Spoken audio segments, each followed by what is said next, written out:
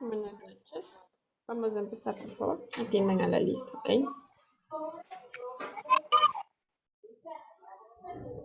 A ver, señores y señoritas Calderón, Calvo,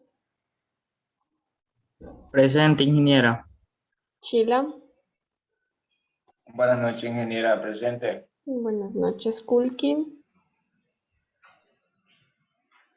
Díaz, Estrada, Hidalgo, Presente, ingeniera. Jurado, Maldonado. Buenas noches, ingeniera, presente. Buenas noches, Mancilla. Buenas noches, ingeniera, presente. Buenas noches, Nieto. Párraga. Parrales. Wesner, Paso. Parrales presente, buenas noches, ingeniera. Buenas Presente, noches. buenas noches. Buenas noches. Pincay.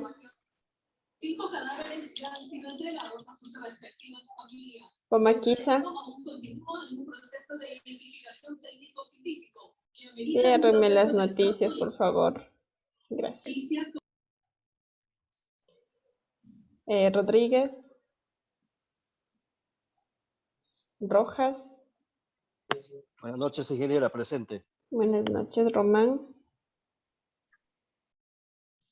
Rosado. Buenas noches, presente. Buenas noches, Zagal. Sánchez. Buenas noches. Buenas noches, Sánchez. Sarango. Segura. Buenas noches, ingeniera, presente. Buenas noches, Tubay. Valencia. Alguien que no haya contestado a la lista, por favor. Ingeniera Párraga, muy buenas noches. Buenas noches. Ya. Ok. A ver, recuerden que hoy teníamos nuestra evaluación, pero la vamos a postergar para el siguiente martes, ¿ok? A ver, el siguiente martes es 5. No sé si les comenté que el siguiente martes, el 5, vamos a tener la charla por parte de un ingeniero que trabaja en la FAO. Y bueno, supongo que no hay que trabajar todas las 2 horas, entonces debe quedar el espacio para que puedan rendir la evaluación, ¿ok? A ver, vamos a hablar hoy, vamos con la presentación, sobre lo que es un poco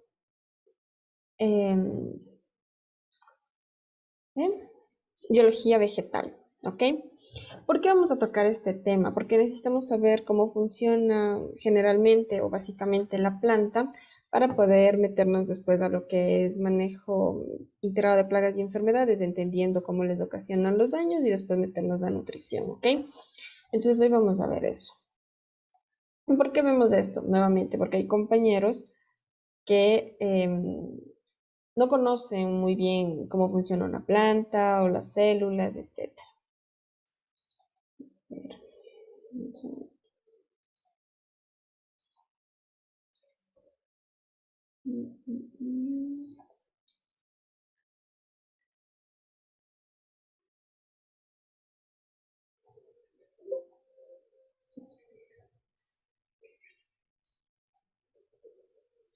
Empecemos.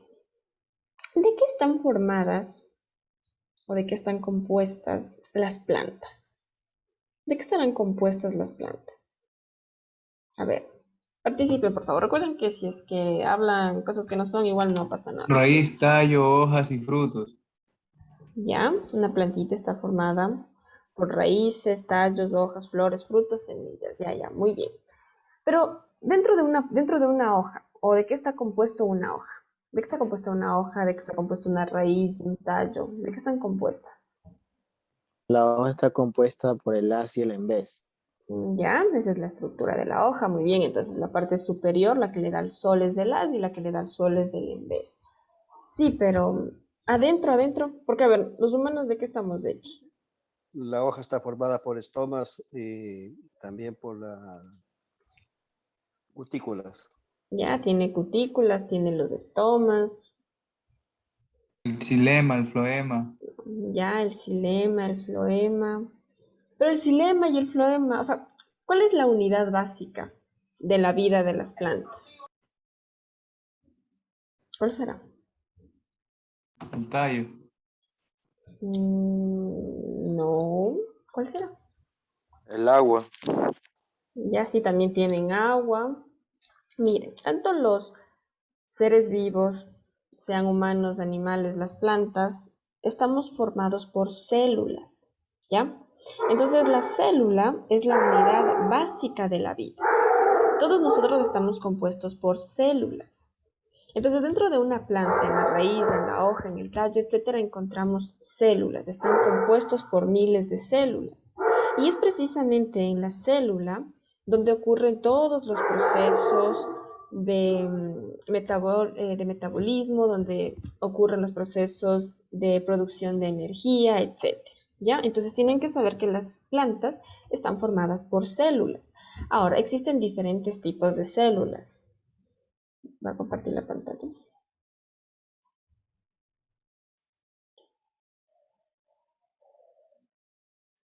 A ver.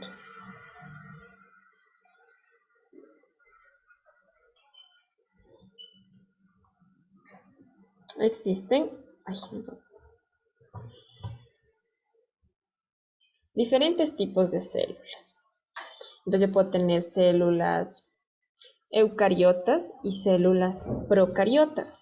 ¿Por qué es importante que conozcamos o tengamos la ligera idea de los tipos de células que existen? Porque los microorganismos patógenos y fitopatógenos tienen una célula diferente. Entonces, ¿quién de ustedes tiene la capacidad de reconocer estas células, de saber cuál es procariota, eucariota, cuál es vegetal y cuál es animal? A ver, la que les estoy señalando en la parte superior izquierda. ¿Qué tipo de célula es? Eucariota, ingeniera. ¿Ya? ¿Quién más piensa que es eucariota? Antes de eso, paréntesis. Señor Maldonado, me olvidé de ayudarle haciendo eso. Le prometo que esta semana sí le hago. ¿Quién más tiene alguna idea? Ya, por favor, Inquín, no se preocupe. Por favor, discúlpeme. ¿Qué más? ¿Quién más dice que esta es una célula eucariota? A ver, señor Rojas, ¿cuál es esta?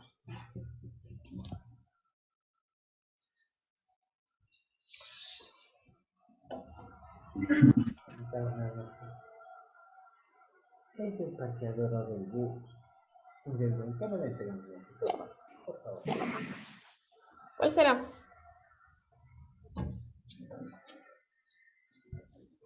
Miren, la que vemos aquí, en la parte superior izquierda, es la célula más sencilla que existe en la naturaleza y corresponde a una célula procariota, ¿ya? Es una célula procariota. Esta es característica de las bacterias. Las bacterias tienen células procariotas y son como las más sencillas, son las más simples. ¿Me ayudan con los micrófonos, por favor? Después tenemos en cambio las células eucariotas. Las células eucariotas son las dos que les estoy mostrando, en la central y en la parte superior derecha. Ahora, ¿quién de ustedes sabe cuál es una célula eucariota entre estas dos, no? ¿Cuál es vegetal y cuál es animal?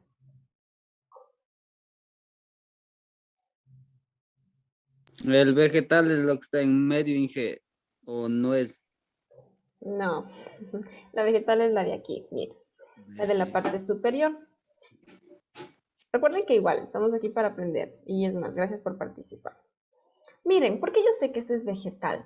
Porque tiene esta como piscina, que en realidad se llama vacuola, donde almacena la gran cantidad de agua y la que le permite tener a la célula como la turgencia, o sea, estar así como bien rigidita y todo. Cuando no tiene agua, cuando está con algún tipo de estrés hídrico, es cuando las hojitas como que se caen, se ponen tristes. Entonces todo el agua se almacena aquí en la vacuola. Entonces, la célula eucariota vegetal es la característica de las plantas y nosotros tenemos la célula eucariota animal. ¿Cuáles son las características de estas células eucariotas, tanto vegetal como animal? Tienen un núcleo definido. ¿Sí se fijan? Tienen un núcleo definido. Tienen mitocondrias, donde les permiten generar su propia energía. También tienen cloroplastos, pero ojo que los cloroplastos solo van a tenerlo las células vegetales, no las células animales. ¿Cuál es la función de los cloroplastos? Señorita Parrales, ¿cuál es la función de los cloroplastos?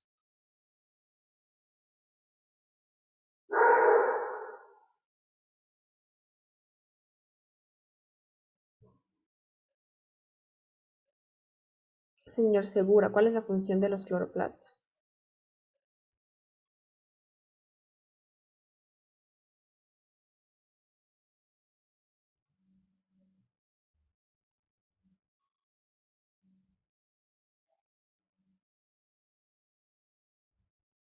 Participen, por favor. ¿Cuál será? ¿Me puede repetir la pregunta? Es que tengo problemas de internet. ¿Cuál es la función de los cloroplastos?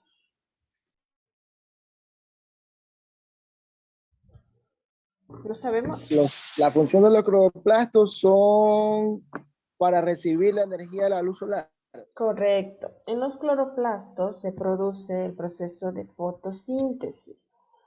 Entonces, nosotros como animales no hacemos fotosíntesis. Por eso no tenemos cloroplastos en nuestras células. Pero, en cambio, las células vegetales sí lo tienen. Entonces, las células vegetales, a diferencia de las animales, tienen la vacuola que les permite almacenar el agua, tienen los cloroplastos que les permiten hacer la fotosíntesis. De ahí en general todos tienen núcleo, importantísimo, tienen uno que se llama aparato de Golgi, retículo endoplasmático liso, rugoso, y tienen otra diferencia. Si se fijan que la de la mitad, la célula animal, tiene como una apariencia, no tiene una forma definida, si se fijan, se le ve como muy flexible, ¿verdad? Mientras que a la vegetal se le ve que tiene una forma bien definida. Esto pasa porque nosotros no tenemos pared celular, es decir, las células de animales no tienen pared celular. Mientras que las células vegetales, las células de las plantas, sí tienen una pared celular y es lo que le permite en realidad a la planta tener una forma rígida, mantener una forma o tener una forma definida. ¿Ok? Entonces, ¿por qué es importante que conozcamos esto? Primero por el proceso de fotosíntesis, ya vamos a mostrar más adelante. Primero lo que les dije, las semejanzas y las diferencias. Entonces, ¿cuál es la semejanza? Vamos viendo, que les mencioné. ¿Cuál es la semejanza entre una célula vegetal y una célula animal? Señorita Sarango, ¿cuál es una semejanza o una igualdad, algo que tienen las dos células?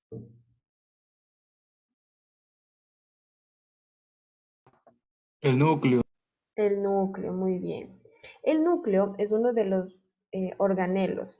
¿Qué son organelos? Todo lo que les mencioné, cloroplastos, mitocondrias, aparato de Golgi, retículo endoplasmático, Todas todos las esos. células tienen un núcleo. Exacto. Sí, a lo que me voy es que todo lo que les mencioné son organelos. En los humanos se llaman órganos, ¿verdad? El órgano del corazón, del riñón, del hígado. En las células se llaman organelos, entonces para que más o menos vayan afinando el oído. Entonces, el núcleo es un organelo importantísimo, importantísimo. Gracias al núcleo es que existe la variabilidad genética. ¿Qué quiere decir? Gracias al núcleo es que los humanos, unos tenemos cabello negro, otros lo tienen rubio, tienen ojos celestes, tienen ojos cafés, son de tez blanca, de tez oscura, son altos, son pequeños, son más gorditos, más flaquitos, etc. ¿Gracias a qué? A la genética. ¿Y dónde ocurren los procesos de genética? En el núcleo. Entonces, este núcleo es igual a que las plantas les permite ser de flores rojas, de flores amarillas, de hojas rugosas, hojas lisas, hojas pubescentes, etc. Toda la expresión genética, la información genética está guardada en el núcleo, ¿ya?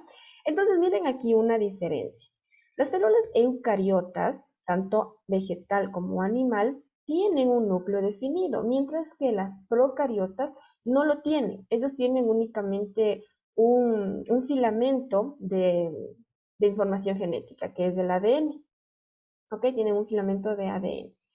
Entonces, por eso es que las bacterias son organismos bien sencillos, son como bien básicos, porque no son capaces de hacer fotosíntesis, no tienen, por ejemplo, núcleo definido, no tienen aparato de Golgi, no tienen mitocondrias, no tienen nada, son muy, muy, muy sencillitos de ellos, ¿ok? En cambio, ya las eucariotas somos seres mucho más complejos, ¿ya? Entonces, la biología vegetal se relaciona al estudiar la célula eucariota vegetal, es decir, cómo se producen todos los procesos metabólicos, fisiológicos de crecimiento dentro de la célula vegetal.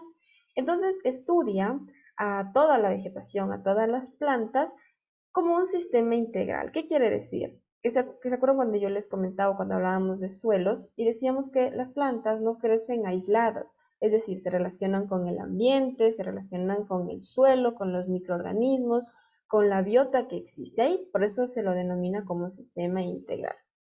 Se relaciona con un sinnúmero de materias, como ya vimos, la edafología, que es el estudio del suelo, se relaciona con la química, con la botánica, con la biotecnología, es la materia base para que uno pueda estudiar lo que es la agricultura con el tema de plantas, ¿ok?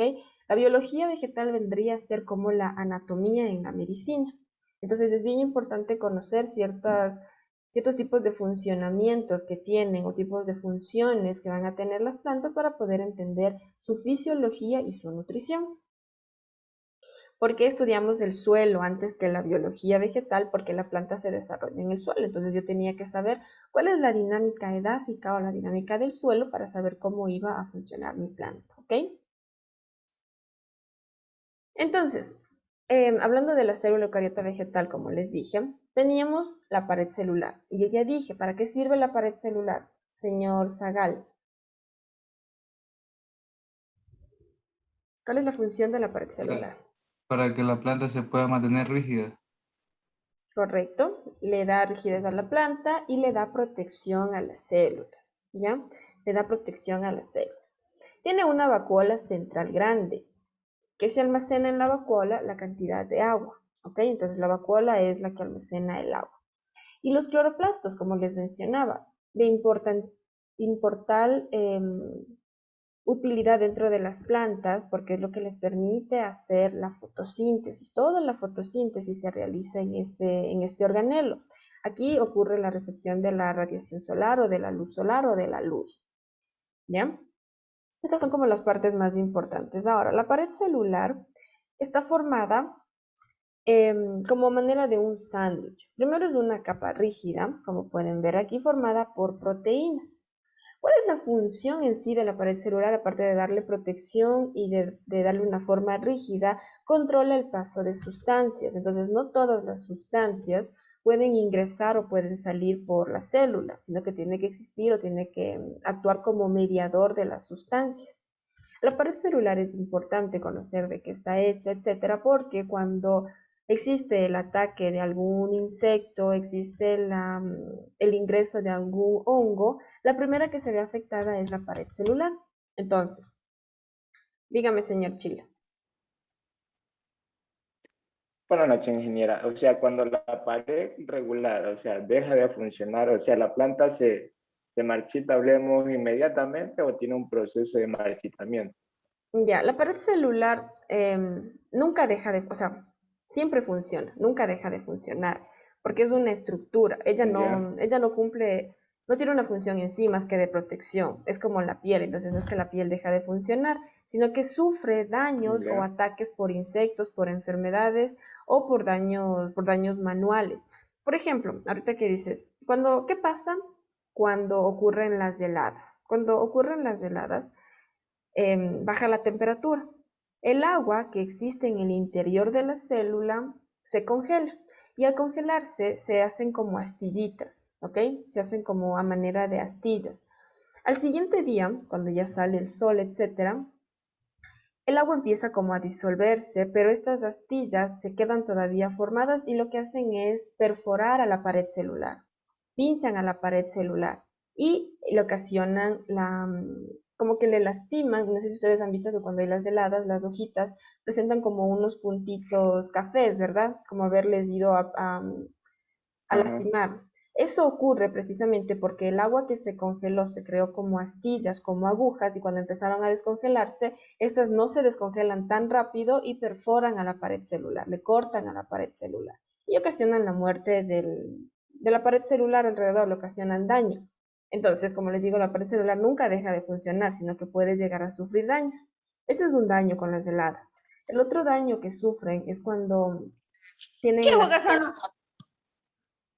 ¿Qué juegas o no? cuando tienen el ataque de hongos, por ejemplo. Los hongos, no sé si ya les había explicado, se reproducen y generan como unas partículas de polvo, ¿ya? Esa partícula de polvo llega sobre la planta, sobre la hoja, por ejemplo, y empieza a producir como un tubo germinativo, ¿ya? Así como una raicita. Esta raíz tiene que llegar a la pared celular e ingresar por la pared celular. Produce unas sustancias que disuelven precisamente a las proteínas, a los microtúbulos, a la composición de la pared celular para ingresar, ¿ya? Entonces, ese es otro daño que sufre la pared celular. ¿Cuál es otro daño que sufre? Cuando es atacada por insectos. Los insectos tienen diferentes tipos de aparato bucal. Entonces existen insectos que tienen un aparato bucal perforador. Entonces es como que van con una aguja y ellos chupan, van a chupar a la savia y entonces ¿qué hacen? Perforan a la pared celular, ¿ya? Entonces ahí es cuando la pared celular sufre daños, pero la planta es más inteligente. La planta cuando tiene alguna infección por hongos o por bacterias, lo que hace es matar a todas las células alrededor de la infección, ¿ok? Es lo que nosotros vemos como O sea, eso quiere decir que se restaura. ¿Eso quiere decir qué? Que se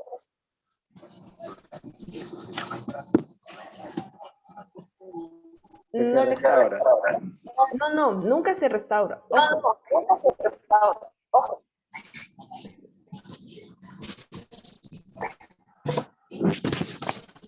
Ya. No se restaura esta, lo que hace en sí. No se restaura esto. Cérrame los micrófonos, por favor. Ya. Nunca se restaura, porque obviamente si es que ya esa parte de la hoja murió, no es que cae esa hoja y vuelven a hacer otra hoja, o sea, vuelven a hacer otro pedazo de hoja, eso no pasa, sino que les daña solo esa partecita, o sea, mata solo esa partecita para evitar que el hongo, por ejemplo, se siga propagando, sino que ya queda muerto ahí porque ya no tiene que más comer y sigue con lo demás. No es que se restaura, no es que si es que yo corto o hagan la prueba, si es que cortan la parte de la hoja, de la punta de la hoja, les sale otra parte, se regenera, eso no pasa, ¿no? Entonces, como les decía, la pared celular es la que aguanta o la que soporta los primeros daños cuando tiene algún tipo de ataque por insecto o por una enfermedad. ¿De qué está compuesta la pared celular? Está compuesta principalmente por proteínas, ¿ok?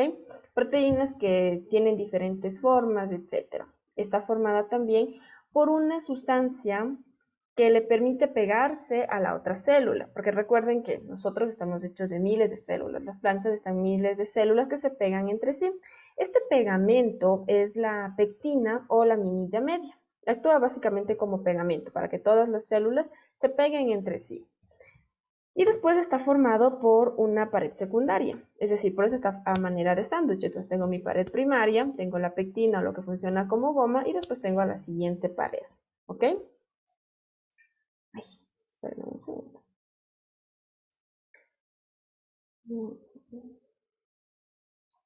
Un ratito. Entonces, ¿alguna pregunta lo que hablamos aquí de la pared primaria, como es de la pared celular, de las diferencias entre estas? Inge, una pregunta. Dígame. Cuando ya la pared celular se daña, ya no vuelve a recuperar, ¿verdad, Inge? No, la pared celular no se vuelve a recuperar, pero recuerda que existen miles de células. Entonces, si es que una pared celular de una célula se perdió, es como que muere la célula, pero existen miles de células. Las células sí se regeneran, ojo, incluso hasta en los humanos. Las células sí se regeneran. ¿Qué pasa? El ejemplo más claro es cuando nos cortamos o nos lastimamos, etcétera. Ustedes han visto que empieza a cicatrizarse. El proceso de cicatrización en la piel es porque las células se están reproduciendo para cerrar la herida. En el caso de las plantas pasa lo mismo. Cuando hacemos una poda, cuando cortamos una rama, etcétera, ustedes ven que la rama o donde el punto de corte se cicatriza. ¿Por qué se cicatriza? Porque las células se reproducen. Entonces las células se van a reproducir siempre, tanto en los humanos como en las plantas. Las células se reproducen en todo momento. Y gracias a esto es en efecto que se pueden cerrar las heridas o que cuando existe un daño en el tallo se cierra o se cicatriza por eso, porque existe el proceso de regeneración celular. Todo el tiempo mueren células y todo el tiempo nacen unas nuevas. ¿Cuándo es el problema? Cuando tiene un ataque de plagas o enfermedades, porque ahí el ataque de la plaga daña a la célula fisiológicamente y la planta tiene dificultad para recuperarse. Y si es que el daño es mucho más, no le controlan, la planta llega a morir porque todas las células se ven afectadas. ¿Ya? Entonces, hablamos de la pared celular y vamos a hablar del núcleo, lo que les decía. La principal función del núcleo celular es controlar la expresión genética, es decir, repartir las características hereditarias. ¿Ok? Si es que no tuviésemos el núcleo, todas las plantas serían iguales. Todas las flores serían del mismo color, no existirían, por ejemplo, las fresas que son más grandes, las más pequeñas, no existirían las uvas de colores, etc. Nada, el núcleo es el que controla toda la expresión genética, nuevamente, tanto en humanos como en animales y en plantas, ¿ok? Obviamente, para que exista esta función genética tiene que existir un proceso que es bastante complejo, en el cual las células tienen que prepararse, después las células tienen que juntarse los dos tipos de material genético y hacer procesos de divisiones, etc. Entonces es un proceso bien largo, pero lo importante es que tienen que saber que en el núcleo es donde se produce la expresión genética, ¿ok? Y en efecto, cuando existe la reproducción sexual, por ejemplo, por semillas, es donde va a existir la variabilidad genética. Vamos un poquito más allá. Ustedes sí saben que las plantas se reproducen de dos maneras, ¿verdad? Se pueden reproducir de forma sexual y de forma asexual. ¿Cuándo se reproducen de forma sexual las plantas? A ver.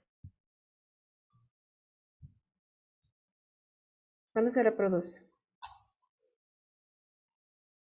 Señorita Rosado, ¿cuándo se producen de forma sexual las plantas? No tengo idea. Ya.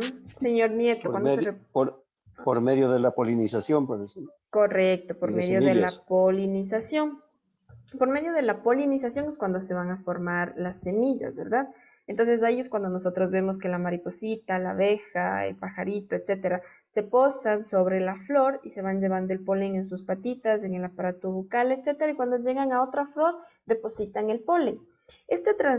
Este traspaso de mover el polen de una flor a otro hace que exista la reproducción sexual, porque el polen es la parte masculina, digamos, y llega a la parte femenina de la planta, que es el ovario, y lo poliniza. Entonces aquí empieza un proceso en el cual se fusionan los núcleos, tal cual como ocurre en los humanos. Empiezan a intercambiarse las características genéticas y ahora sale un fruto que es resultado de una reproducción sexual, es decir, donde participó mamá y papá, vamos a llamarlo así, ¿ya? Después tienen otro proceso de reproducción, que es la reproducción asexual, en la cual no existe la fusión de los gametos, es decir, la planta se reproduce por sí sola y por ende el hijo que sale por reproducción asexual es idéntico a la planta madre. ¿Ok? Lo que pasa con los tubérculos son semillas de tipo asexual, la papa, el melloco, etcétera, todos estos son de reproducción asexual y son idénticos a la planta madre, porque no existe variabilidad genética, no existe intercambio de características genéticas o de genes, ¿ya? Entonces, para que exista variabilidad genética, para que yo pueda tener plantas en un mismo cultivo, plantas de diferentes colores, las flores, tiene que existir una polinización donde participe el gameto masculino y el gameto femenino, ¿ok? Entonces, aprendimos que la reproducción sexual es cuando existe la polinización de una planta a otra. Y la reproducción asexual, en cambio, produce sus semillas idénticas a la planta madre, ¿ya? Y hay plantas que pueden producir tanto semillas asexuales como semillas sexuales. Por ejemplo, ¿cuáles? ¿Cuáles?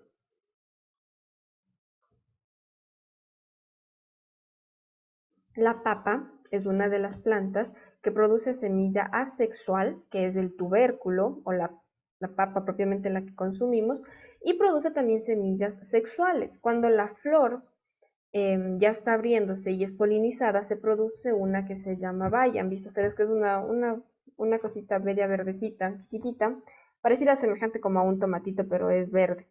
Y aquí se producen las semillas sexuales.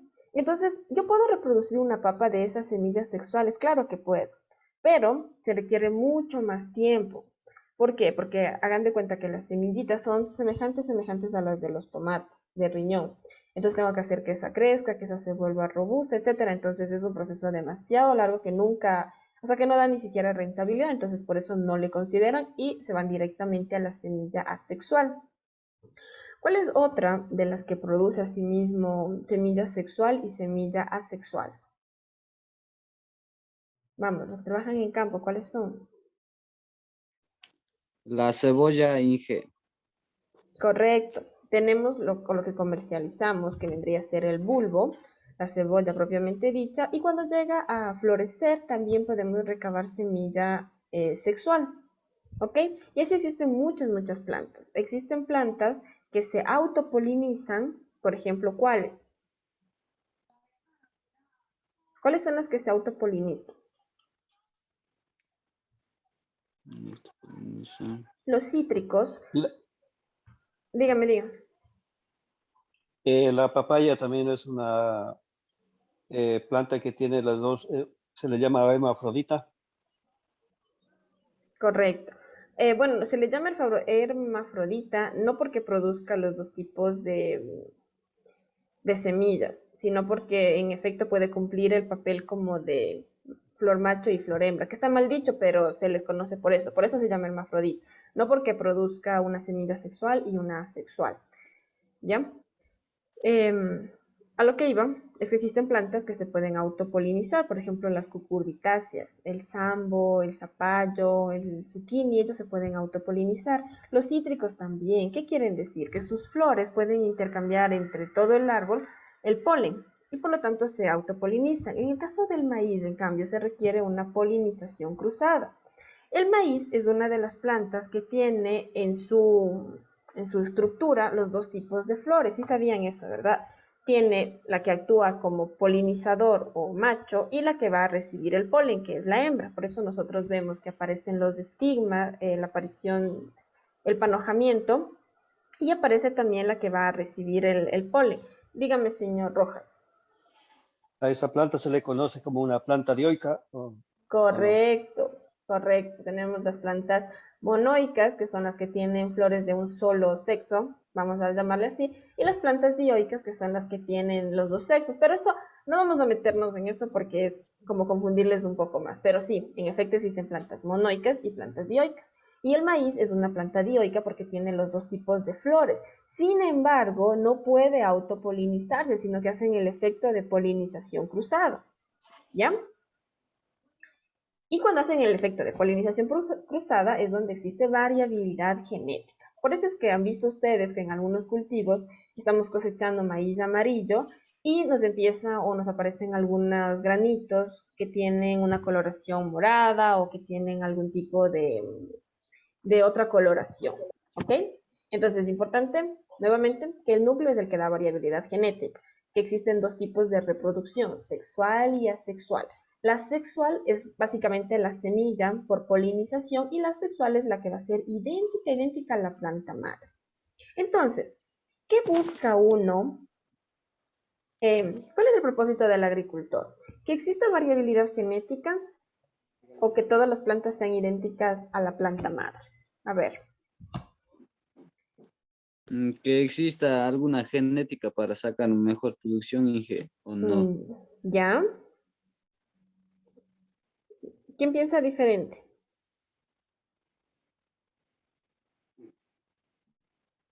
Participen. ¿Qué piensa, señor? ¿Quién tengo por aquí? Señor Nieto, ¿qué busca el el agricultor?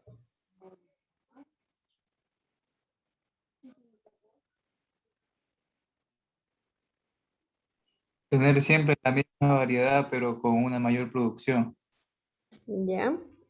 Entonces, miren, por lo general, el agricultor, si es que quiere hacer programas de mejoramiento, etcétera, va a querer variabilidad genética. Si no, lo que quiere es que las plantas salgan con las mismas características. Papi, regala un vaso de agua. Lo Un que vaso de agua. quieren es que salgan con las mismas características, porque no, si es que yo estoy vendiendo lechugas, por ejemplo, voy a querer que todas las lechugas tengan la misma forma, el mismo número de hojas, la misma coloración, etcétera. Entonces ahí yo no busco variabilidad genética. Ahí lo que yo busco es que todas las plantas sean uniformes. Si es que en cambio yo trabajo en programas de mejoramiento, es decir, estoy buscando nuevas características, etcétera, sí voy a querer que exista variabilidad genética para ver cuál es la característica que yo quiero y ahí poder obtener esa característica, ¿ya? Listo, eso en cuanto al núcleo. Vamos a ver algo sobre este es otro tipo de organelo, el retículo endoplasmático rugoso y liso. ¿Por qué es importante hablar de esto? Aquí es donde se produce o donde se generan las proteínas. Las plantas, ustedes saben que necesitan proteínas. ¿De qué están hechas las proteínas? De aminoácidos. Y las plantas, al igual que los humanos, necesitan aminoácidos esenciales para poder cumplir sus funciones. ¿Dónde se producen estos tipos o el ensamblaje de los aminoácidos y la producción de proteínas? Y las proteínas son indispensables para formar la pared celular, son indispensables para la duplicación o la replicación celular. Entonces, en todo momento la planta necesita de proteínas y por lo tanto necesita de aminoácidos. ¿Dónde se producen estos? En el retículo endoplasmático rugoso. ¿Ya? ¿Por qué se llama rugoso? Porque si se fijan, tiene adherido en sus paredes, si ven estos como puntitos, esos son los ribosomas. Los ribosomas son los encargados de generar o de producir las proteínas, ¿ok? Ensamblan los aminoácidos y producen las proteínas. Por otra parte, los ribosomas cumplen papeles más complejos, como llevar el mensaje de la información, o sea, llevan la información genética, ¿ok? Entonces, organelos importantísimos dentro de la planta son los ribosomas, porque como les digo, participan en la formación de proteínas y permiten el ensamblaje del mensaje genético, ¿ok? Nuevamente, ¿por qué se le llama rugoso? Porque tiene adherido en toda su superficie estos tipos de ribosomas. Es el encargado de producir proteínas. Y después, si se fijan, juntito a este tenemos el retículo endoplasmático liso. ¿Qué produce el retículo endoplasmático liso? Produce los lípidos. ¿Y qué son los lípidos? Son grasas. ¿Ok? Entonces, como les decía, las células funcionan tal cual como un cuerpo humano, son bien complejas y por eso es que la biología vegetal estudia todo esto. Si se fijan, y como les acabo de mencionar, las plantas también necesitan cierto tipo de grasa. Entonces, para eso está el retículo endoplasmático liso. ¿Ok? Entonces, vamos a recordar. ¿Para qué o cuál era la función del retículo endoplasmático rugoso? ¿Cuál era, señor Zagal?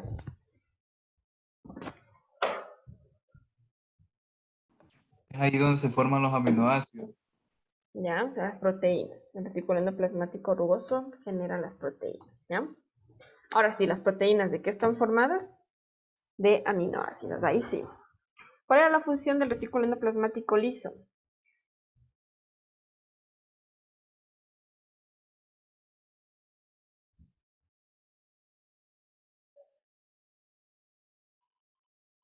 Señor... Gastos, dije, o me equivoqué.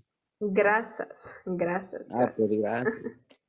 Grasas o lo que se conoce como lípidos, ¿ya? Sí he escuchado cuando estábamos en la escuelita, en el colegio, que hablaban de los lípidos, que decían que los humanos tenemos lípidos, necesitamos lípidos o grasas. Entonces, aquí también se producen grasas. Si se fijan, el retículo endoplasmático rugoso y el liso están pegados al núcleo. ¿Por qué? Por lo que les decía, que los ribosomas llevan el mensaje, permiten el ensamblaje del mensaje genético del núcleo hacia afuera, entonces tienen que estar bien pegaditos para que puedan movilizarse. Por eso la lógica de que el retículo endoplasmático rugoso esté pegado a la membrana nuclear o al núcleo, para que pueda existir este intercambio de información. ¿Ya? Entonces, pegadito al retículo tenemos a los ribosomas. Y miren, aquí están los ribosomas. Estos pequeños organelos, aun siendo tan pequeñitos, son de vital importancia dentro de las células. ¿Por qué? Porque constituyen las proteínas, sintetizan las proteínas, porque llevan el mensaje genético. Entonces, si es que no tuviésemos ribosomas, no podríamos generar proteínas y tampoco podríamos generar la información genética, es decir, llevar la información genética dentro de la célula. Los ribosomas también los encontramos en las células procariotas, es decir, en las células de las bacterias. Es lo único que ellas tienen para poder como subsistir un poco, porque no son capaces de producir su propio alimento ni nada. Y hablando del propio alimento, tenemos a los cloroplastos. ¿Qué es la fotosíntesis? Ya le creo que le hice esta pregunta. A ver, ¿qué es o en qué consiste el proceso de fotosíntesis, señor Mancilla?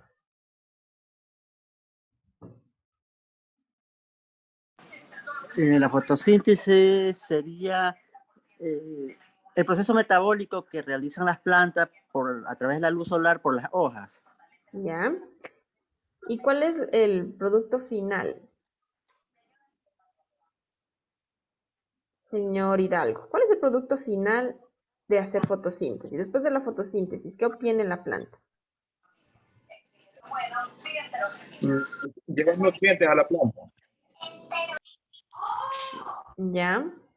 El proceso de fotosíntesis, como dicen los compañeros, consiste en tomar la energía solar, la energía, la luz, con el CO2 más agua, y lo que me van a producir es un carbohidrato, o lo que es la glucosa.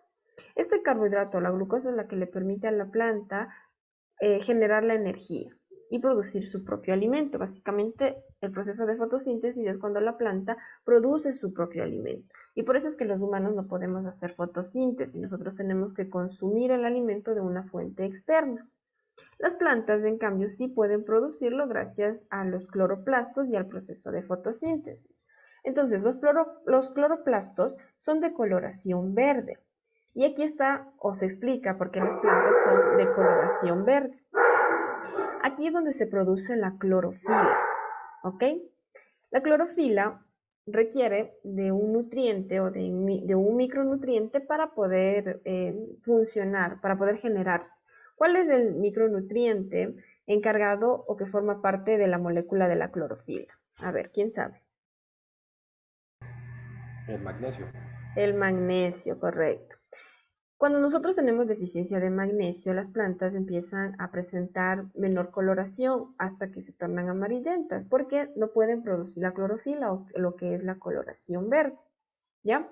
Entonces, un cloroplasto, ¿de qué está hecho? Fíjense, aquí tiene una membrana. Todos los organelos tienen membrana, ¿no? Porque es lo que les da la protección. Están formados con estas como moneditas que se llaman granas. Y cuando estas granas se apilan entre sí, con tilacoides, perdón. Las moneditas se llaman tilacoides y cuando los tilacoides se agrupan entre sí, forman las granas. Aquí es donde existe la recepción de la luz solar, ¿ok? Aquí es donde empieza a existir la recepción de la luz solar y empiezan a tener procesos o reacciones dentro de sí mismo para que inicie el proceso de fotosíntesis.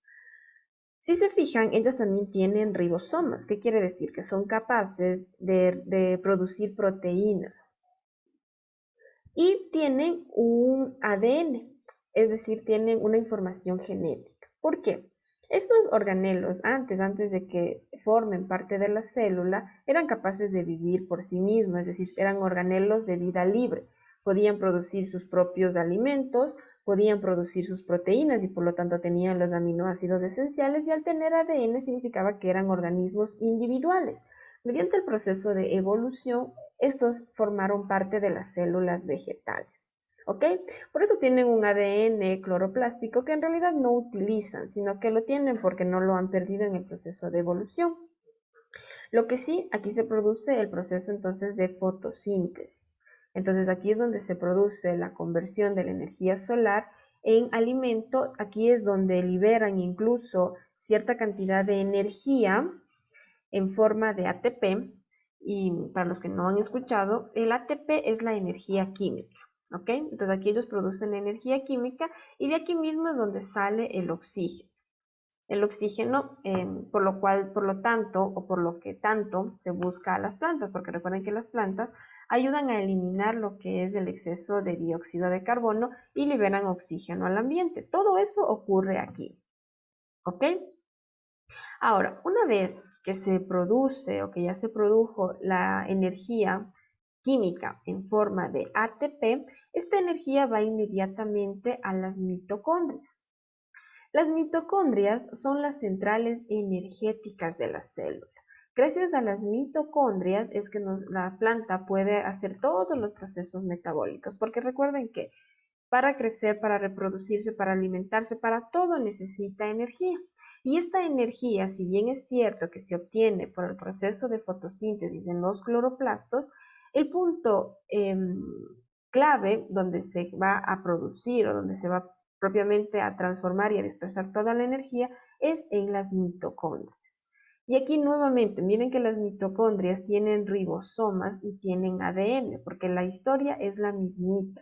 Ellas eran de vida libre, podían producir su propia energía, podían producir sus propias proteínas, tenían su material genético y vivían de manera libre, hasta que el proceso de evolución hizo que vayan a vivir dentro de las células vegetales. ¿Ok? Entonces, aquí se produce mediante miles de reacciones bastante complejas la energía. Entonces, se produce como una cascada de reacciones, ¿ya? Donde participan los electrones, etcétera, pero al final el resumen es que estos nos van a producir energía, ¿ya? Entonces, miren cómo trabaja esto. Hace un proceso de respiración celular para generar ATP. Siempre que escuchen ATP, y eso se escucha bastante en los agroquímicos o incluso cuando se van a aplicar ciertos tipos de productos, etcétera, ¿cómo funciona? ¿Dónde se produjo este carbohidrato? Esta es la glucosa. ¿Dónde se produjo la glucosa? ¿Dónde se produjo? Recuerden que ya les expliqué. ¿En qué organelo? Señor Tubay. Llegué atrasadito, Lo acabé de decir hace un ratito. ¿Dónde se produce? Señor Paul. Cloroplasto. En los En los cloroplastos. cloroplastos. Entonces, este carbohidrato, recuerden siempre que a ustedes les pregunten cuál es el producto final de la fotosíntesis, es el carbohidrato. ¿Y cuál es el carbohidrato? La glucosa. Entonces, cuando trabajamos con glucosa y a este se le añade oxígeno, vamos a obtener ¿qué cosa? Agua y energía. Esta energía es la que la planta utiliza para todos los procesos metabólicos. ¿Ok? Entonces, miren, cuando existe un escaso proceso de fotosíntesis, no existe suficiente energía para que la mitocondria pueda procesar. Entonces, todo funciona a manera de cadena. Tiene que ligarse una cosa con la otra para que yo pueda tener al final la energía necesaria, pueda tener el carbohidrato, pueda liberar oxígeno a la atmósfera y también participa bastante el agua. Por eso es el gran almacenamiento que ellas tienen en las vacuolas. ¿Ok? ¿Cuál les dije? ¿Cuál era el micronutriente que participa o que permite la conformación de la molécula de clorofila? Magnesio. El magnesio, no se olviden. Por eso es que cuando están hablando de nutrición siempre le incluyen al magnesio, porque este es el encargado de darle la coloración verde para que se produzca la clorofila. Díganos, señor Rojas. La deficiencia de azufre también se le detecta a la planta porque pierde un color, el color verdoso y las puntas de las hojas son amarillosas. También no puede actuar en ese elemento como una deficiencia. Sí, recuerden que Un amarillamiento de la planta significa o puede significar deficiencia de algunos elementos. La deficiencia de clorofila, perdón, la deficiencia de hierro, la deficiencia de magnesio, la deficiencia de manganeso, de nitrógeno, todas estas ocasionan amarillamiento a las plantas. Pero depende el sitio en donde estas estén de color amarillento para nosotros guiarnos o identificarnos cuál es la deficiencia. No sé si ustedes se han fijado, pero cuando tengo deficiencia de un elemento, tengo la hoja amarillenta y las nervaduras verdes, lo que se le conoce como la espina de pescado. Puede pasar lo contrario, que tengo toda la nervadura amarilla y el resto de la hoja verde. Tengo hojas amarillentas bajeras o tengo hojas amarillentas altas. Entonces, como que el color amarillento propiamente no es un indicador, ¿cómo se dice? Seguro de la deficiencia que yo voy a tener. Por eso vamos a aprender a interpretar dónde o cuando están ubicadas, en qué sitio es que tiene la deficiencia. En el caso de la deficiencia de clorofila, se presenta porque la mayoría de hojas, sean tanto medias, bajas o altas, presentan el amarillamiento. Y el azufre también presenta, como decía el compañero, las puntas o los bordes. Pero si ustedes se fijan, también cuando tengo deficiencia de nitrógeno y de potasio, tengo lo mismo. Dígame, señor Tubay. Ya, ingeniera, una inquietud que tengo. Las enfermedades son el proceso de mutaciones o cambios del ADN en la mitocondria. No.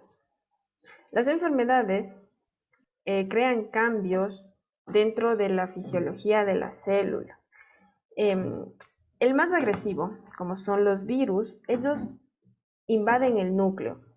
Ellos empiezan a reproducirse dentro del núcleo de la célula, haciéndole creer a la planta que es ADN de la planta mismo, pero en realidad reproducen a los virus. Ese es el único como que ingresa. De ahí el resto lo que hacen es que actúan contra las células, pero por ejemplo con las paredes celulares, empiezan a inyectar sus sustancias, etcétera, y como ellas se alimentan de las células, es que la planta muere. Ahora, nunca un hongo va a llegar a mutar el ADN de una planta. Eso no se ha escuchado que hacen. El hongo no es que ingresa y modifica el ADN de la planta ni nada. La única que tiene la capacidad de reproducirse o de incluirse dentro de la planta mismo es el virus.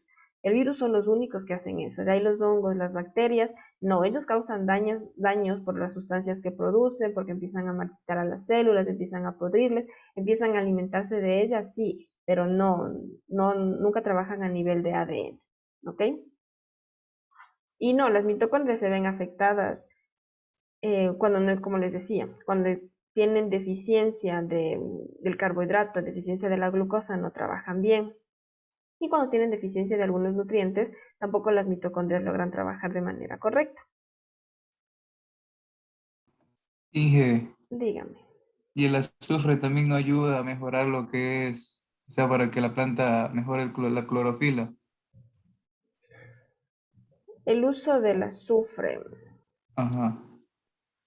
También es bueno como repelente fungoso. A ver, el Para, azufre funciona o actúa, cuando yo aplico azufre, le estoy dando como a manera de anticuerpos. El azufre sirve o actúa a manera de defensa dentro de las células.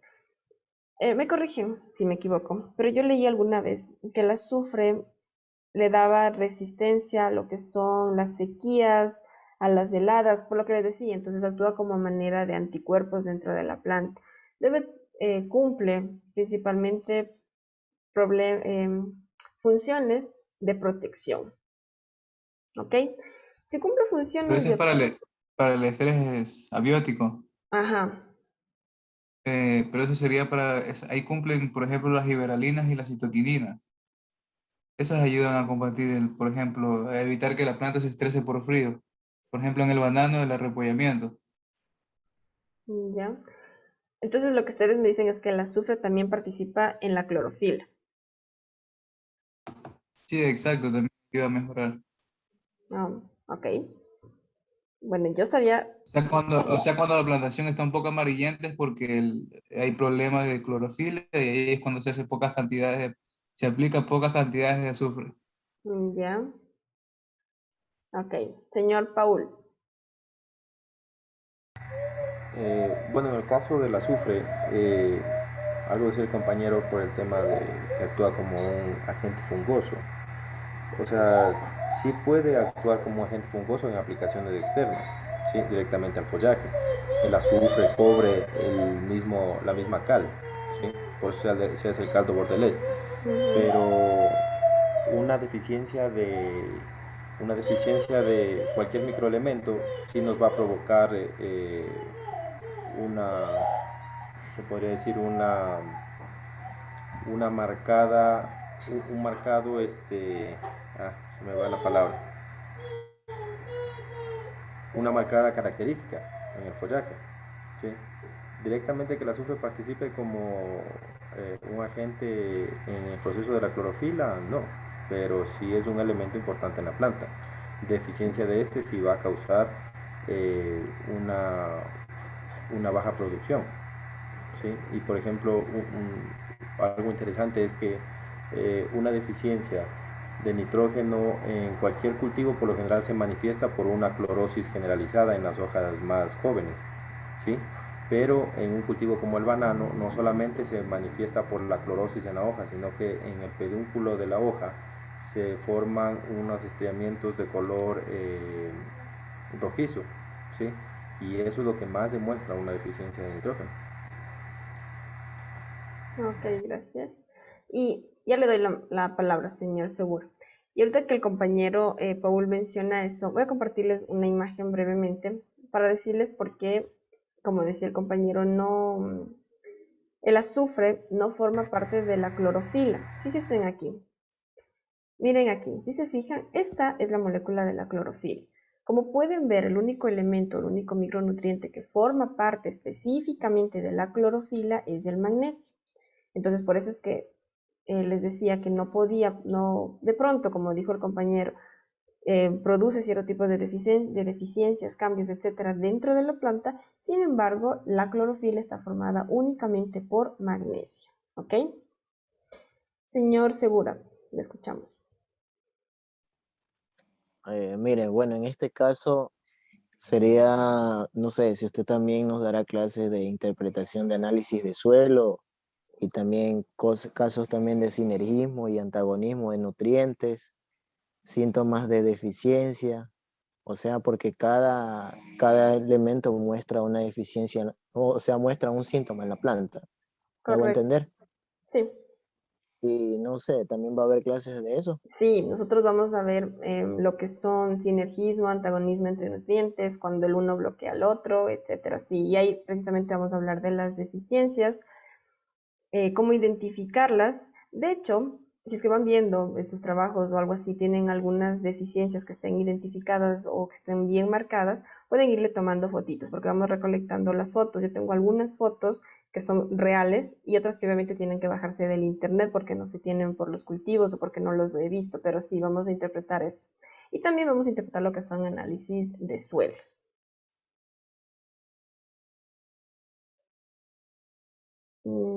¿Las manitos se les quedaron arriba o tienen algo más que decir? Ya. A ver, señor Paul. Algo que ahí se debería tomar en cuenta es la ley del mínimo de Liebig, que es más bien donde está marcado el tema de las deficiencias. Correcto. Como para, a ver, ¿de qué nos habla la ley del mínimo? Primero escuchamos. A ver, señor Tubay. Ingeniera, según yo que trabajé al cultivo de uva, el azufre lo utilizábamos por deficiencia de sequía, como también jugaba un papel importante en protección de los daños por el frío, porque también había sequía.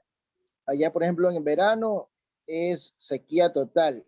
Y también había pocas cantidades de frío que hacía escarcha en las uvas. Eso lo protegía como, digamos, daños en las uvas por el hongo, pudrición en las uvas, en los racimos de uva. Claro, por eso decimos que el azufre participa más como protección a manera de la planta. ¿Por qué tengo poquitos? Estábamos como 20 y ahorita estamos 12. ¿Por qué se están yendo? A ver, ¿de qué hablaba? Señor Paul, explíquenos sobre la ley del mínimo de hoy. Bueno, de acuerdo a lo que manifestaba la ley del mínimo de Levy, me parecía que si uno de los elementos o uno de los factores de crecimiento es deficiente, por el crecimiento en una planta está limitado al, ¿cómo era? Al resto de factores. Sí, es decir, que si uno de los elementos se encuentra en mínima cantidad de la necesaria, la planta no va a expresar su máximo potencial. Correcto. Lo que el compañero menciona también se le conoce como la esencialidad de los elementos. Es decir, que yo tengo que tener una cantidad mínima de cierto elemento para que el resto de elementos puedan funcionar de manera correcta. ¿Qué quiere decir? Yo puedo darle a mi planta todos los nutrientes en las cantidades exactas, pero supongamos que no le estoy dando el mínimo de nitrógeno, por ejemplo, el mínimo de nitrógeno que necesita. Por más que el resto de elementos yo les esté dando en las cantidades adecuadas, recomendadas o como me dicen, no se van a expresar o no va a permitir que la planta los asimile de manera eficiente. Entonces, lo que el compañero lo conoce como la ley del mínimo, también se le conoce como la esencialidad de los elementos, ¿ok? Ya.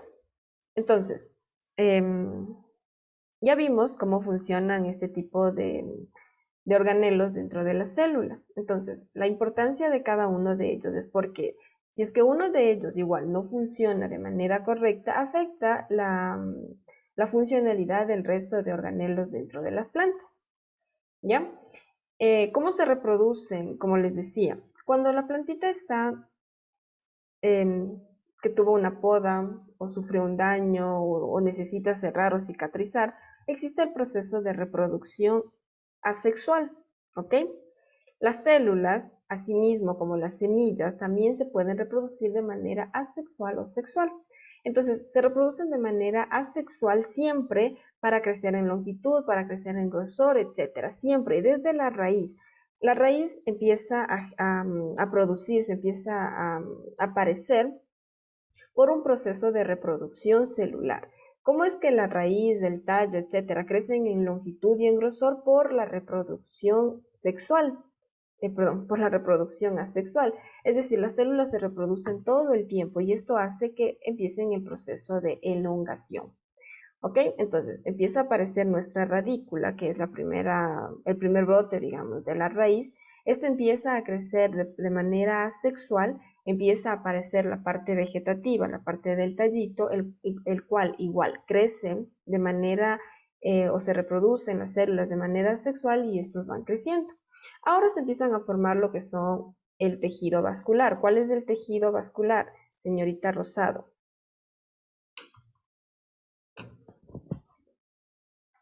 ¿Cuál es el tejido vascular?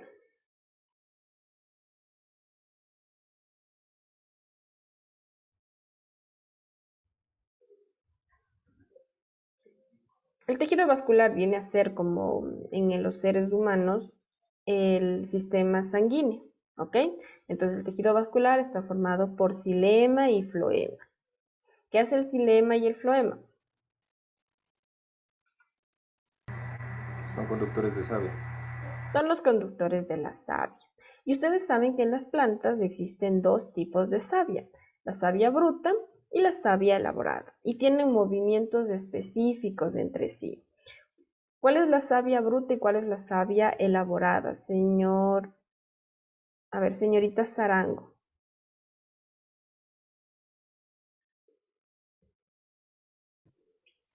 Ingeniera, buenas noches. Tengo un problema con mi teléfono y se me va apagando como 4 veces y pierdo la clase. Casi no he escuchado casi nada. Ok, a ver, señor Esteban, ¿cuál es la savia bruta y la savia elaborada?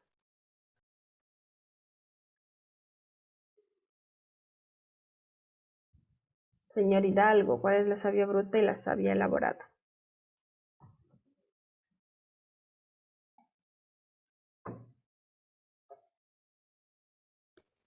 Inge, Dígame. Sería por las raíces, Inge, por la agua, ¿o no? Sí, la savia básicamente es movimiento también del agua, ¿ok? Entonces la savia bruta es la que se mueve desde la raíz hacia las partes de arriba, entonces tiene un movimiento ascendente.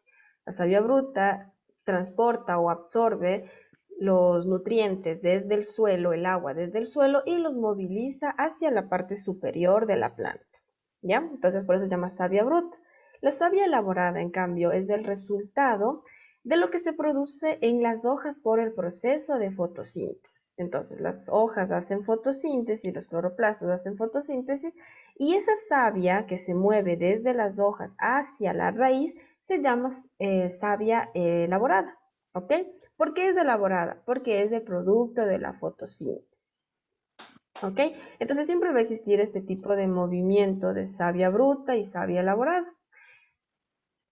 Este proceso hace que ocurra el metabolismo. Entonces, este es el metabolismo de las plantas que empiezan a tener. Y aquí vamos a hablar de metabolismo primario y metabolismo secundario. ¿Cuál es el metabolismo primario de las plantas? ¿A qué les suena como metabolismo primario?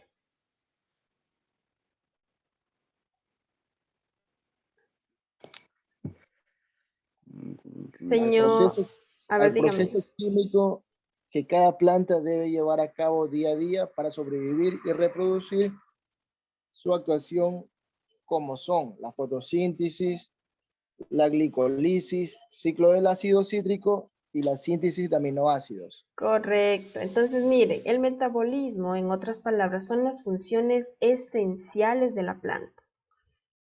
Es decir, son procesos que la planta tiene que hacer sí o sí, porque si no las hace, muere. Entonces, el metabolismo primario,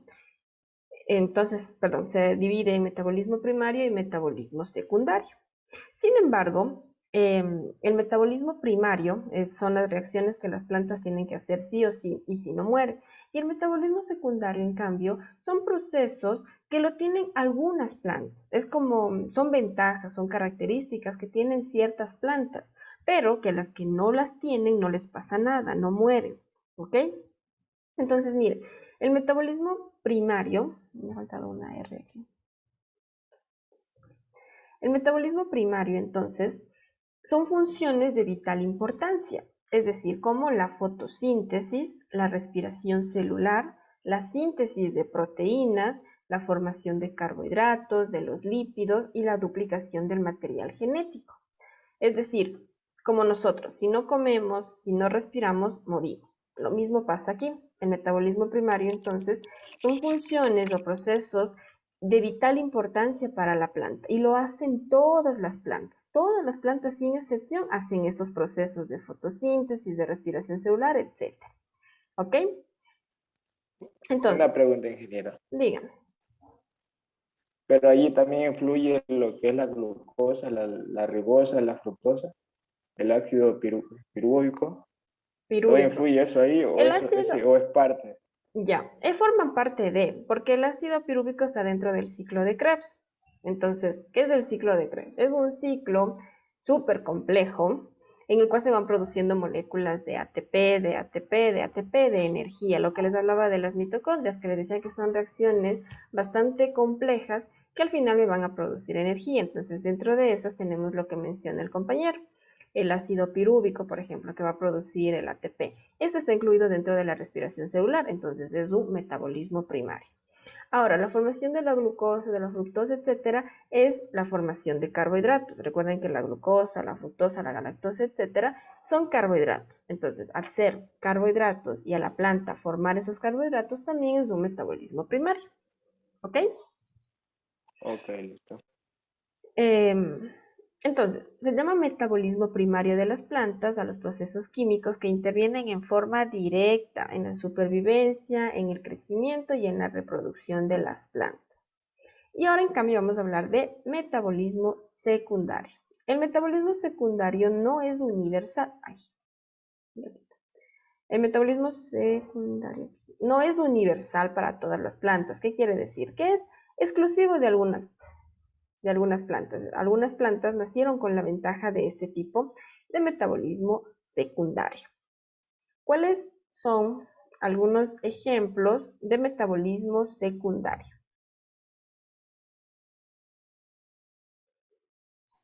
¿Cuáles serán? Puede ser acumular sustancias Más bien producen cierto tipo de sustancias.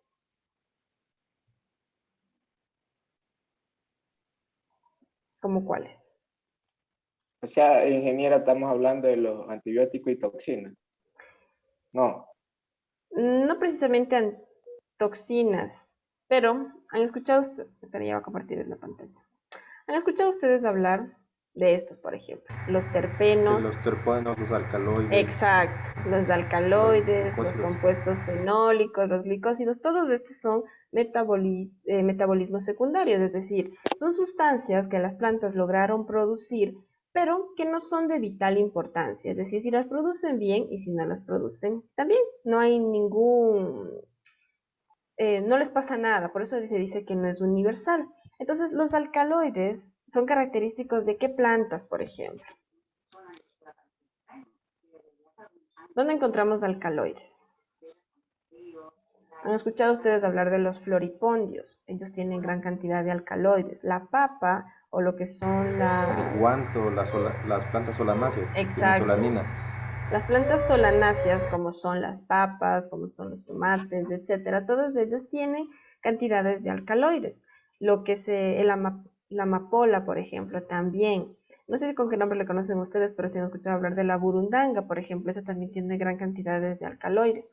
Son sustancias que a los humanos, por el grado o por la concentración que tienen, nos causan efectos. Tenemos también a los glicósidos, tenemos a los compuestos fenólicos, o lo que son los fenoles, que también se utilizan bastante en la agricultura. Tenemos a los terpenos. Cada uno de ellos, entonces, actúa como un metabolismo secundario. Cumplen funciones diferentes. Por ejemplo, han visto ustedes que existen sustancias que están presentes en las plantas carnívoras, que tienen la capacidad como de pegar a los insectitos. Cuando los insectitos se posan aquí, esta les atrapa con esa como gomita y se las puede alimentar, ¿ok? Entonces, así existen sin fin de productos que resultan del metabolismo secundario, ¿ok? Y aquí hablan otras características, por ejemplo, de metabolismos secundarios, como las que son ahuyentadoras o las alelopáticas, las que atraen. Ya, entonces les decía, tenemos las alelopáticas, que son las que ahuyentan, tenemos a las que atraen, tenemos incluso sustancias que repelen, y dentro de los metabolismos secundarios encontramos a las que producen dentro de las, no sé si han escuchado ustedes hablar de la flor de muerto o el tagetes, que son grandes ahuyentadores de nemátodos. Sus raíces tienen la producción de un metabolismo secundario que hace que los nemátodos se repelan, ¿ya? Otro ejemplo de metabolismo secundario y de sustancia que se produce son las que producen los árboles de eucalipto. Los eucaliptos, ya les había explicado, producen terpenos en sus raíces que participan o actúan como antagonismos. Estos entonces hacen que los cultivos a su alrededor no crezcan. A eso si es que le suman que los árboles les producen gran sombra y etcétera, bueno, eso es aparte. Pero lo que en realidad hacen bastante es producir estos compuestos fenólicos o terpenos que impiden el crecimiento de las plantas que están a su alrededor. ¿Ok? Entonces esto en cuanto a metabolismo primario y a metabolismo secundario. Y hablando de metabolismo secundario, y de pronto vayan a escuchar como metabolitos secundarios, que son todas las características, como les decía, que ahuyentan o que repelen o que atraen a cualquier tipo de insecto, etc. ¿Alguna pregunta de eso?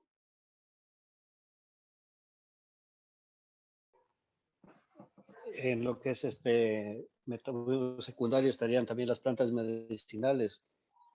Claro. Hablemos de manzanilla, de toronjil, de menta. Claro, ¿qué tienen ellas?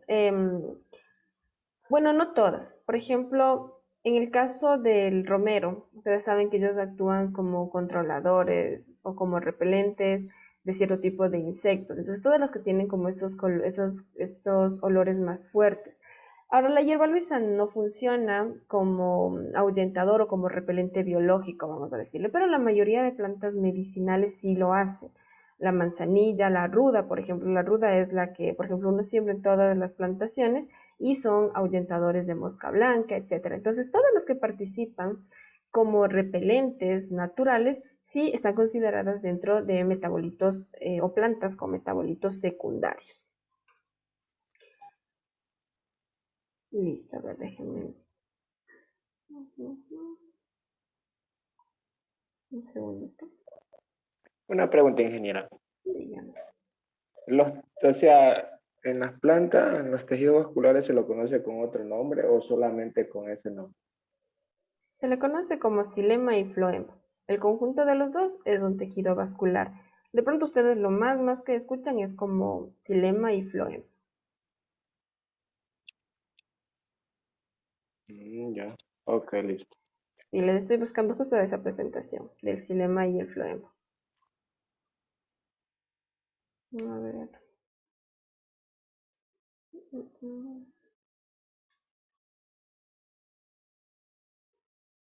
Bueno, no se asomó esa, pero esa de aquí era la que seguía. Miren esta de aquí.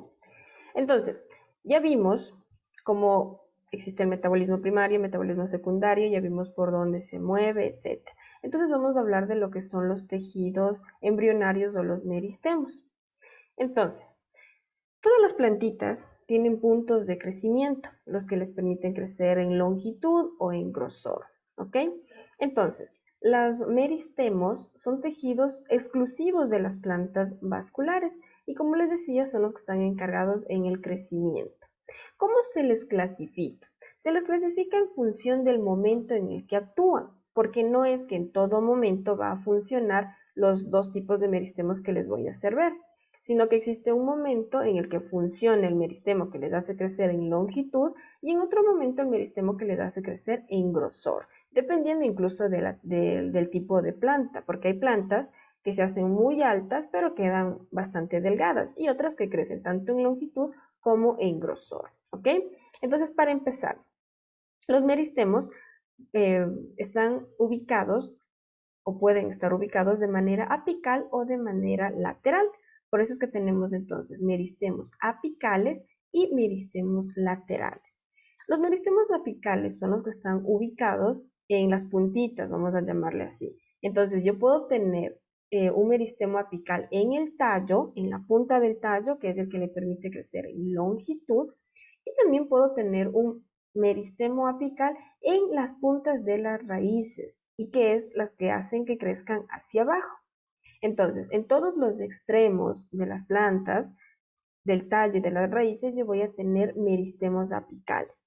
¿Y qué son los meristemos apicales? Son los puntos donde existe mayor reproducción celular. Perdón. Donde existe mayor reproducción celular. Entonces, en los meristemos es donde existe gran actividad de la reproducción celular asexual. Lo que les decía, recuerdan que las plantas hacen reproducción asexual todo el tiempo y esto les permite crecer. Y después tenemos a los meristemos laterales, que son los que hacen crecer al tallo de manera en diámetro, de manera longitudinal, en diámetro, en grosor, en ancho. ¿Ok? Vamos como nos muestra aquí. Miren aquí. Entonces, tenemos dos tipos de meristemos, como les decía, los meristemos apicales o llamados primarios y los meristemos laterales que también son llamados secundarios. Entonces, siempre acuérdense ustedes que en los extremos, en los ápices, tanto del tallo como de la raíz, yo voy a tener meristemos primarios o meristemos apicales, donde existe gran reproducción, gran cantidad, continua reproducción asexual de las células que permite que estos me crezcan en longitud. Podemos ver aquí, como pueden ver, cuando se agranda la imagen, yo tengo mi meristemo apical, tanto en la parte del tallo como en la parte de la raíz, que hace que ésta crezca, ¿ok? Y después tengo los meristemos secundarios o los meristemos laterales. Estos meristemos laterales son a manera cilíndrica y son los que hacen, por ejemplo, que cuando uno corta un tallo de un árbol, se puedan ver ciertos círculos. Cada uno de estos círculos, en el caso de los meristemos laterales, cuando están en los tallos, en los troncos, crecen cada año. Por eso es que ustedes han de haber escuchado que cuando yo talo un árbol, cada círculo puedo contar el número de círculos y puedo saber el número de años que tiene este tronco o este árbol, ¿ok? Ahora, los meristemos laterales funcionan de manera diferente dependiendo del tipo de planta. No va a ser lo mismo que yo tenga un meristemo secundario o un meristemo lateral en un tronco, en un árbol, que lo tenga en una planta, por ejemplo, de caña, en una poácea, básicamente. ¿Por qué? Porque el crecimiento es diferente. Entonces, miren aquí. Aquí nos muestra cómo yo puedo tener un meristemo apical, como les explicaba en los ápices, y los meristemos laterales en el interior.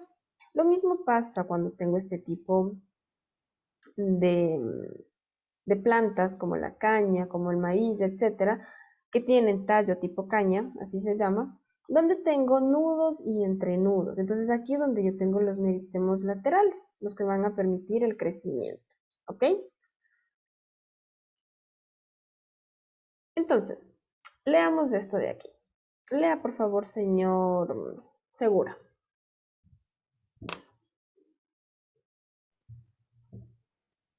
Conclusiones. Los meristemos son tejidos embrionarios que pertenecen en la planta durante toda su vida y son los encargados del crecimiento de la misma. La evidencia del meristemo es una característica que separa a las plantas de los animales. Los meristemos mantienen indefinidamente la formación de nuevas células por la capacidad de división y diferenciación. ¿Ya? Entonces, recuerden que si es que no tuviésemos células, no podríamos tener meristemos ni apicales ni laterales. Por eso la importancia de analizar hoy el tema de las células, ¿ok? Y como yo tenía preparada la prueba para el día de hoy, la clase la había planificado hasta aquí. ¿Algún tema de interés que quieran tocar? O si no, nos veríamos la siguiente clase.